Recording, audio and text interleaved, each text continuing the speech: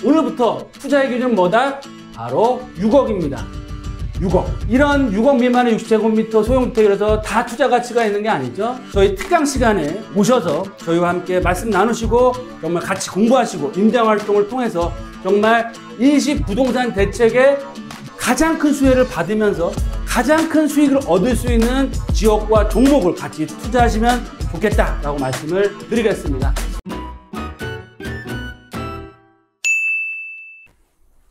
애청자 여러분 안녕하십니까? 돈 되는 부동산 발권입니다. 1월 10일 어제 윤석열 대통령이 부동산 규제 완화 정책을 직접 발표를 했습니다. 그래서 올해 엄청난 정책 방향들이 앞으로 계속적으로 발표가 될 예정인데요. 윤 대통령의 생각과 의지를 구체적으로 실현할 분이 누굴까요? 바로 박상우 국토부 장관입니다. 그래서 오늘 강의 내용은 박상우 국토부 장관 주택수 제외 끝장낼 정책 발표한다 라는 내용 말씀드리겠습니다. 네, 2024년 1월 10일 드디어 대반전의 신호탄이 터졌습니다. 금리 인상에서 인하로, 경기 불황에서 경기 회복과 상승으로, 비아파트 시장의 절망에서 희망으로 바뀌는 대반전의 신호탄이 쏴졌고요. 이게 끝이 아니고 앞으로 확실하고 엄청난 규제 완화 정책들이 계속해서 발표가 될 겁니다. 따라서 이제부터 시작이다 라고 보시면 좋을 것 같습니다. 어제 윤석열 대통령이 직접 민생 토론회를 통해서 주택 정책을 발표를 했습니다. 비아파트의 공급 활성화 정책, 특히 수요를 끌어올릴 수 있는 정책들을 발표했다. 그래서 국민 주거 안정을 위한 주택 공급 확대 및 건설 경기 보완 방안을 발표를 했는데요. 윤석열 대통령의 생각과 의지를 실천할 분이 누굴까요? 바로 박상우 국토부 장관입니다. 어저께 발표를 함에 따라서 굉장히 좀 빨리 신년사와 발 맞춰서 굉장히 빨리 준비를 함에 따라서 약간 좀 미비한 부분들이 많이 보이고, 특히 세제 혜택, 특히 양도세 완화든지 이런 내용들은 거의 빠져 있습니다. 하지만 앞으로 좀 더 강력한 비아파트를 중심으로 한 규제 완화 정책 등이 바로 박상우 국토부 장관을 통해서 발표가 되고 실행이 될 거기 때문에 정책을 정말로 잘 보시고 투자의 기회를 잡으셔라 라고 말씀을 드리겠습니다. 그럼 첫 번째로 일시 부동산 대책이 나온 이유를 좀 살펴보겠습니다. 주택시장 안정화를 위한 수급 균형이 필요하다. 즉 수급 균형이 되면 매매가와 전세가가 안정이 되겠죠. 특히 1, 2인 가구는 계속적으로 증가를 하고 있고요. 거기에 따라서 도심 소형주택의 공급이 필요하다라는 필요성이 커지고 있습니다. 제가 그래서 이번 주에 방송에서도 윤석열 대통령 그리고 또 오 시장 또 박상우 장관의 신년사를 통해서 말씀을 드렸습니다. 그 내용들이 그대로 반영이 돼서 이번에 공급대책에 반영이 됐다라고 말씀드리겠는데요. 하지만 이런 변화에도 불구하고 부동산 경기가 갑자기 침체됐죠. 금리 인상으로 인해서. 그리고 또 비아파트, 특히 소형주택에 대한 여러 가지 규제들이 굉장히 심해졌고, 특히 전세 사기로 인해서 공급이 급감을 했습니다. 특히 비아파트 같은 경우는 50% 이상이 인허가나 착공, 입주 물량이 줄어들고 있고요. 이 발표가 안 나왔을 때는 정말 2024년도는 공급 물량이 거의 제로에 가까운 정도 수준이 되었을 겁니다. 그래서 작년에 원희룡 장관이 10월 달에 대책 발표를 했습니다. 공급을 활성화하겠다. 하지만 수요를 일으킬 수 없는 그런 정책이 발표가 됐기 때문에 효과가 아예 없었죠. 그래서 이번에는 수요를 촉진할 수 있는 대책들이 다수 발표가 됐다라고 말씀을 드리겠습니다. 따라서 일시 부동산 창출 대책이 발표됐다라고 보시면 좋을 것 같은데요.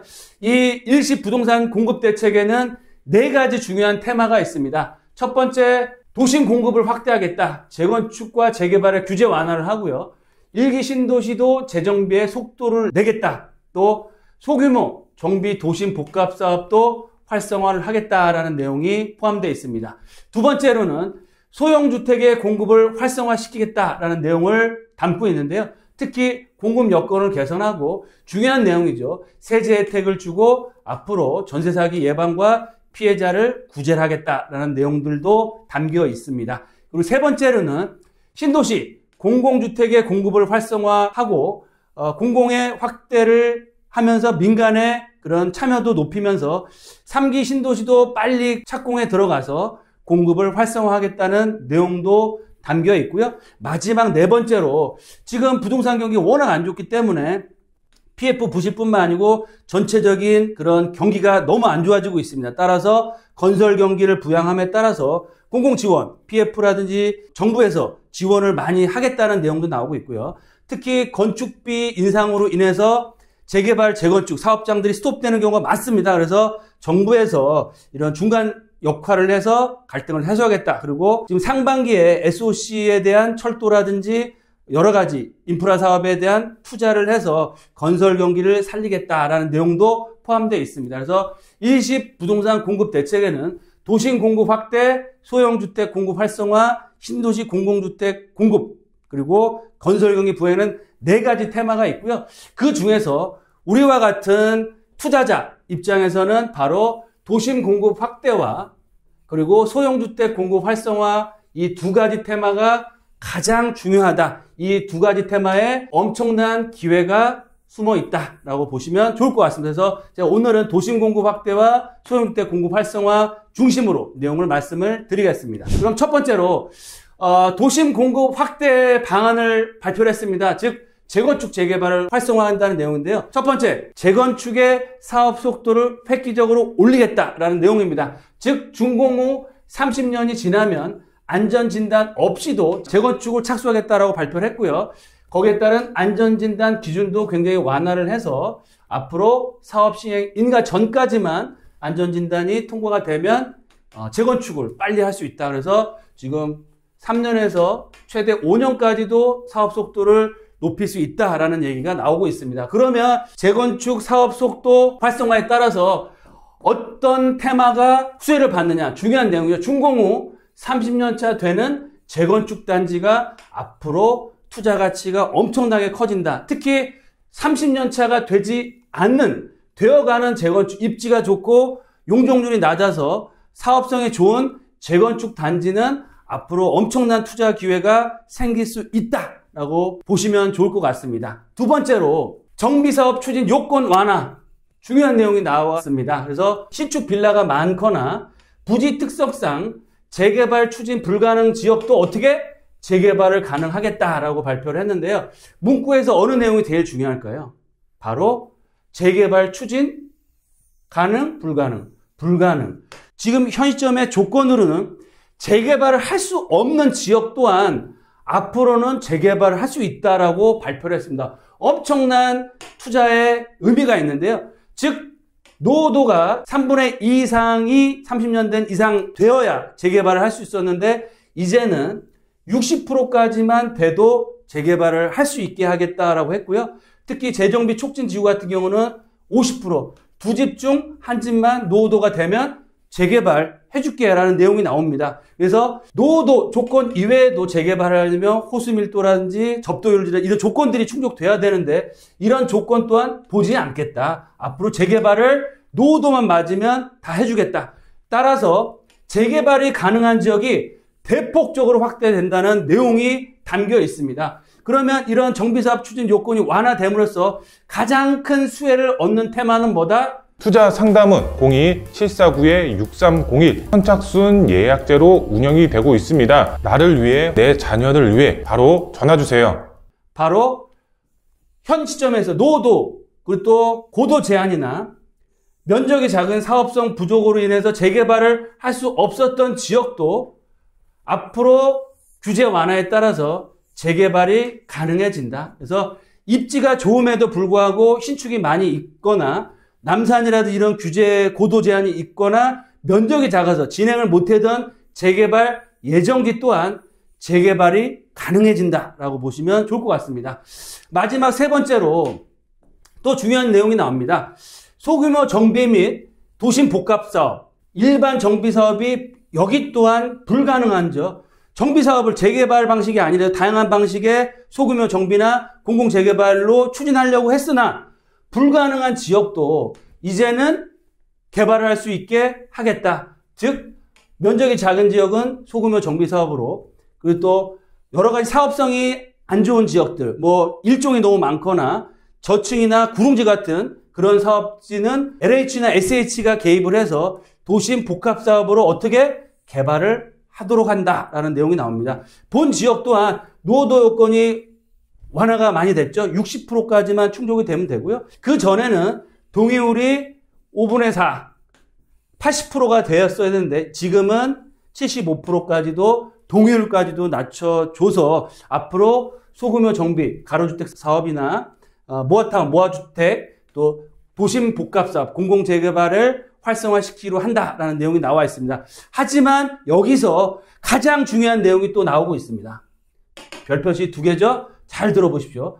도심 복합사업, 쉽게 얘기해서 공공재개발 사업으로 추진하는 지역들은 지금까지 권리산정 기준이 가장 중요한 이슈였습니다. 즉 언제 공공재개발 지역으로 확정이 되더라도 소급 적용이 돼서 2021년 6월 29일이 청산일입니다. 즉 2021년 29일 이후에 매매를 하거나 소유권을 가져온 분들은 어떻게 된다? 바로 현금 청산이 되는 겁니다. 그래서 공공재개발 지역은 아예 매매 자체가 안 됐습니다. 그리고 매매가 안 되다 보니까 거기 계신 분들이 반대를 많이 합니다. 집값 올라가고 이런 걸 다 필요 없고 매매도 안 되기 때문에 어떻게 할 수가 없다. 이런 반대가 엄청나게 많았기 때문에 공공재개발이 진행이 안 됐는데요. 획기적인 내용이 납니다. 어떻게 된다? 앞으로는 권리산정 기준일을 어떻게 한다? 개별 후보지 발표일로 권리산정을 한다는 겁니다. 그래서 소급 적용이 아니고요. 특정 지역에 이 지역을 공공재개발로 확정을 줬을 때는 그 기준일이 바로 권리산정 기준이 된다라고 보시면 좋을 것 같습니다. 그래서 앞으로 공공재개발 활성화 사업도 드라이브를 걸고 있기 때문에 입지는 좋으나 사업성이 떨어진 지역, 특히 일종이 많은 지역이면서 역세권 지역, 그리고 단독주택이 많은 지역들은 앞으로 공공재개발로도 사업 진행이 많이 된다라고 말씀을 드리겠고요. 이런 권리산정일 기준일이지만 더 중요한 내용은 공공재개발 지역 또한 앞으로 한 번은 매매할 수 있고 무주택자에게는 입주권을 준다라는 내용이 나오고 있습니다. 즉 과거에는 공공재개발 지역 확정이 되면 권리산정 기준일도 2021년 6월 19일로 청산일로 되기 때문에 청산 매매 자체도 불가능, 아예 거래가 안 되는데 이제는 한 번은 무주택자에 한해서 매매를 할 수 있게 하고요. 이 추가 매수하신 분한테도 아파트 입주권을 준다라는 내용입니다. 그 얘기는 뭐냐면 앞으로 엄청난 투자 기회가 열린다. 어디서? 공공재개발 사업, 특히 무주택자 자녀분한테 정말 소액으로 역세권역의 신축 브랜드 대단지 아파트를 갖고 싶은데 투자 금액이 모자라서 없어서 투자를 못했던 지역들은 정말 공공재개발로 진행되는 지역에 본인이 투자하거나 아니면 자제분 주택이 없으시죠? 주택 마련을 위해서 투자를 해줬을 때는 앞으로 엄청난 투자 기회가 열린다. 어디서? 바로 도심복합사업, 공공재개발에서 열린다라고 말씀을 드리겠습니다. 네, 그리고 세 번째로 소형주택의 공공 활성화 대책이 나왔습니다. 첫 번째, 소형주택 활용도를 제고하겠다. 다양한 소형주택, 아파트를 제외한 주택의 구입부담을 낮추고 임차인 보호가 강화된 등록임대주택으로 활용될 수 있는 기반을 구축하겠다라는 내용을 발표를 했고요. 거기에 따른 구체적인 세제 혜택이 나오고 있습니다. 가장 중요한 내용이죠. 개인에 한해서 향후 2년간 올해부터 내년까지 준공된 소형 신축주택 다 아시죠? 60제곱미터 이하 플러스 수도권의 6억 미만의 주택은 취득세와 양도세, 종부세가 산정시 주택수에서 제외된다라는 내용이 확정이 됐습니다. 그래서 앞으로는 1주택자 분들이 추가적인 소형주택을 매입할 수 있는 기회가 생겼다라고 말씀을 드리겠고요. 이런 세제 혜택에 따라서 지금부터 내년 말까지 소형 신축 주택의 투자 기회 기준이 있죠. 모든 주택이 한 6억에 60제곱미터에 앞으로 입지가 뛰어나지만 과거에 재개발을 할 수 있는 여건이 안 된 지역의 신축 소형 주택의 투자 가치가 엄청나게 커진다라고 말씀을 드리겠습니다. 그럼 세 번째로 임대 등록에 대한 내용도 나오고 있습니다. 등록 임대가 아파트는 폐지가 됐고 장기만 있었는데 소형 기축주택이죠. 많은 분들이 질문들을 많이 하시고 불만을 표출하는 게 왜 이번에 신축만 되느냐? 아닙니다. 소형 기축, 구축 주택 또한 임대사업자를 내시면 이런 혜택을 가져갈 수 있는데요. 앞으로 올해 내년 2년 동안 구입해서 임대 등록, 매입 임대를 하는 경우는 세제 산정 시 똑같이 주택수에서 제외해준다. 조건은 똑같습니다. 전용 60제곱미터 이하, 수도권 6억 미만의 그런 다가구 주택, 빌라, 도생, 주거용 오피스텔이 다 포함된다라고 말씀을 드리겠고요. 특히 지금은 임대 의무 기간이 10년입니다. 너무 길죠. 그리고 취등록세만 혜택이 있을 뿐이지 장기를 보유해도 세제 혜택이 거의 없어졌는데 단기 임대, 즉 6년 정도로 단기 임대를 도입해서 앞으로 소형 임대주택의 공급을 활성화한다라는 내용이 나오고 있고요. 특히 또 주목해야 될 내용이 있습니다. 이번에는 발표가 안 됐지만 앞으로 나올 겁니다. 세제 혜택을 앞으로 합리적 수준으로 부여하겠다라는 내용도 나오기 때문에 앞으로 임대사업자를 활용한 그런 투자의 기회의 문도 열리고 있다. 그래서 단기 등록임대 6년 기준으로 활용한 소형 기축 투자하는 것도 큰 그런 투자의 메리트가 앞으로 커질 수밖에 없는 상황이다라고 보시면 좋을 것 같습니다. 그리고 마지막으로 임대보증 가입 여건을 개정합니다. 지금 허급 보증보험 공시지가의 126% 룰로 해서 전세가가 엄청나게 빠져서 정말 임대사업자뿐만 아니고 주택을 가지고서 임대를 하신 분 너무 힘든 상황입니다. 정말 패닉이라고 표현할 정도로 굉장히 큰 어려움을 갖고 있는데 저 또한 임대사업자를 갖고 있어서 최근에 임대가가 많이 빠져서 전세보증을 계속 돌려주고 있는 상황인데 임대보증 가입 시 시세를 적절히 반영할 수 있도록 주택가격 산정 방식을 개선을 추진하겠다. 특히 126%가 아니고요. 과거에 했던 150%나 앞으로 합리적으로 인정 비율을 적용해서 시세에 반영할 수 있도록 하겠다라고 했습니다. 이런 내용들을 누가 다 하느냐? 신임 박상우 건설교통부 장관이 할 일이고요. 이런 내용들을 앞으로 계속적으로 발표를 할 겁니다.